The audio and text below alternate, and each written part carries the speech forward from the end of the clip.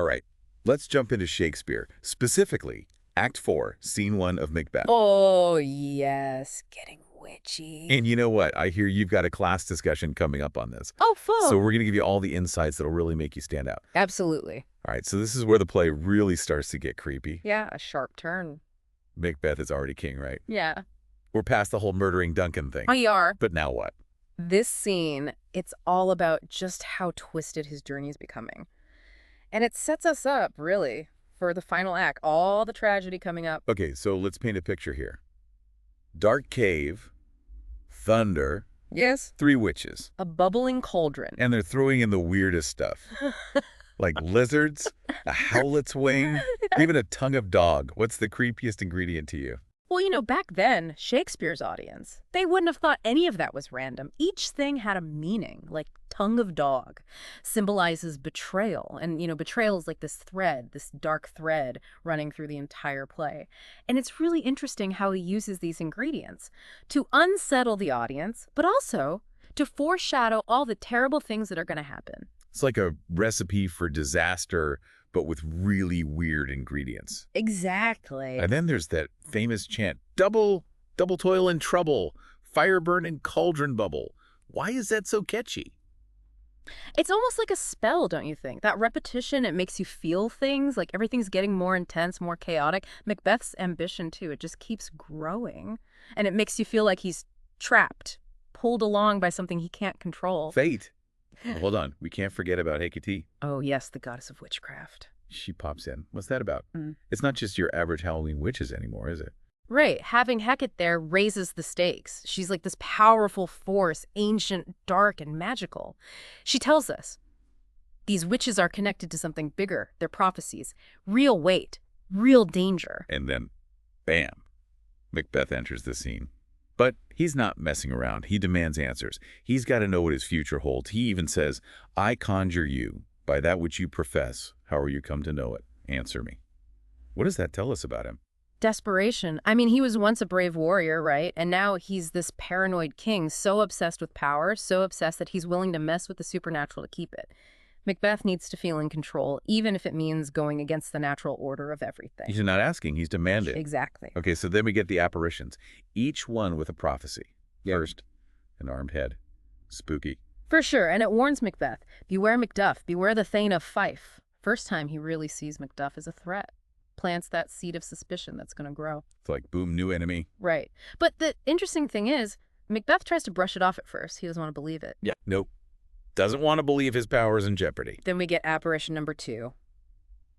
A bloody child. Even for Macbeth, that's got to be unsettling. Oh, absolutely. And this one says, be bloody, bold, and resolute. Laugh to scorn the power of man, for none of woman born shall harm Macbeth. So at first, This was pretty good, right? reassuring, like, I can't be touched. But Shakespeare's clever. There's a loophole there. None of woman born. A hidden weakness. It's going to lead to Macbeth's downfall eventually. It's like he's playing with us, setting up a big twist. He is. So how does Macbeth take this good news? Well, he gets even more arrogant. Challenges Macduff directly. Then, live, Macduff. What need I fear of thee? The prophecy, it was a warning. But instead, it just feeds his ego. Oh, boy. Yeah. Apparition number 3.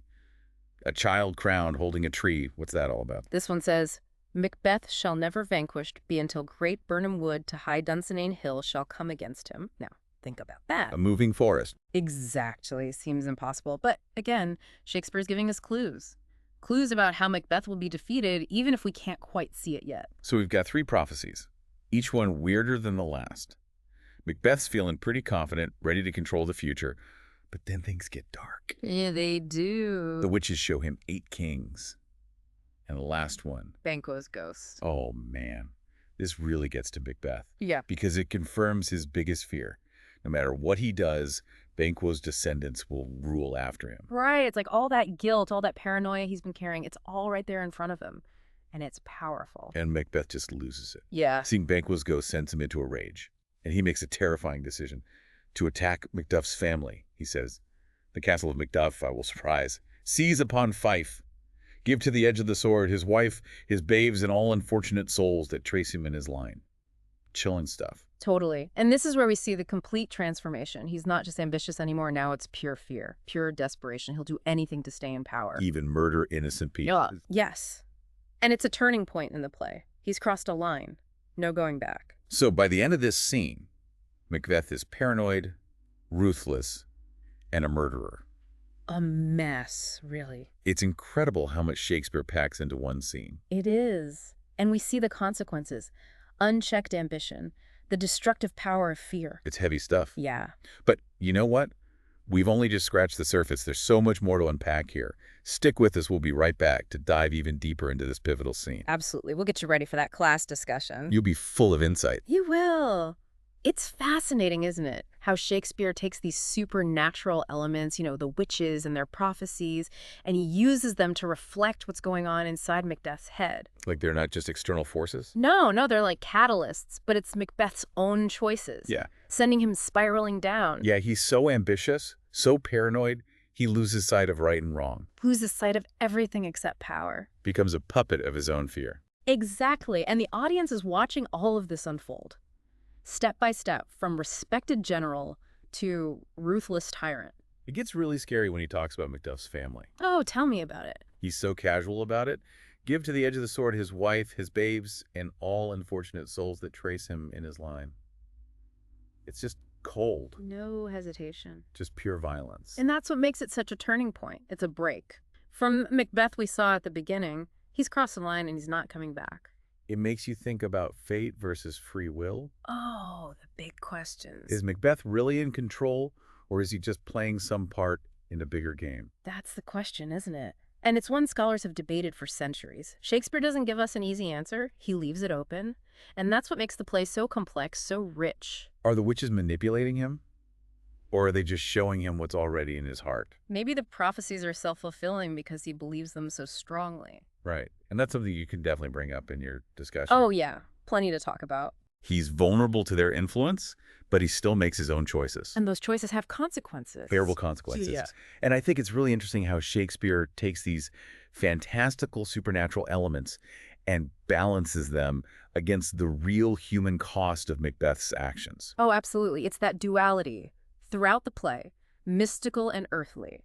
On one hand, witches, apparitions, the sense of dread and wonder, but then on the other hand, the brutal reality. People are murdered, families destroyed. It's like he's saying, even if magic exists, human choices matter. They do, and those choices have consequences for ourselves and everyone around us. And in Macbeth's case, devastating consequences. His honor, relationships, his sanity, all sacrificed for power. It's a cautionary tale. So as you prepare for your class discussion, what are your key takeaways? Think big themes. Ambition, fate, free will, power, corruption, guilt, paranoia. It's all there in Act 4, Scene 1. It's a goldmine. And don't forget the symbolism, the ingredients in the cauldron, the apparitions, Banquo's ghost. Yeah. So much to unpack. You've got a lot to talk about. Analyze Macbeth's language, how he reacts, look at the imagery. You'll blow your classmates away. Oh, for sure. And remember, this scene is a turning point. It sets everything else in motion. The calm before the storm. The storm's coming. Okay, before we wrap up our deep dive into Act 4, Scene 1, there's one last thing. Something that always leads to great discussions. Remember those weird ingredients the witches use? Eye of newt, tongue of dog? Well, in Shakespeare's time, a lot of people believed those things had real power. Oh, they did. Shakespeare knew his audience. He used those beliefs, those superstitions, to make the scene even creepier, more authentic. So it wasn't just shock value. No. It was about tapping into those fears. Right. Like we watch horror movies today, they play on what scares us. Makes sense. And some of those beliefs, well, they might seem a little unsettling to us now. Oh, yeah. Like liver of blaspheming Jew reflects some of the anti-Semitism of the time. It's a reminder of those prejudices, how they showed up, even in the literature. It's important to understand that context, even if it's uncomfortable. I agree. That social historical background, it gives us a deeper appreciation for the play, all its complexities. We can engage with it in a more critical way. Absolutely. So Shakespeare, he wasn't just trying to entertain. Oh, no. He was holding up a mirror to society. Their anxieties, their prejudices, everything. Right. And by studying his plays, we can learn so much about the past. And how it shaped us. So as you head into your class discussion, dig deep. Think about the context, the symbolism, what drives these characters. Don't be afraid to ask those tough questions. And remember, there's no single right answer when it comes to Shakespeare. That's the beauty of it, the ambiguity. Sparks discussion and debate. It's about making those connections, sharing your insights. Here's a thought to leave you with. What's the relationship between fear and power in Act 4, Scene 1? How does Shakespeare explore that through Macbeth's actions, the prophecies he receives? Oh, good one. Lots to think about.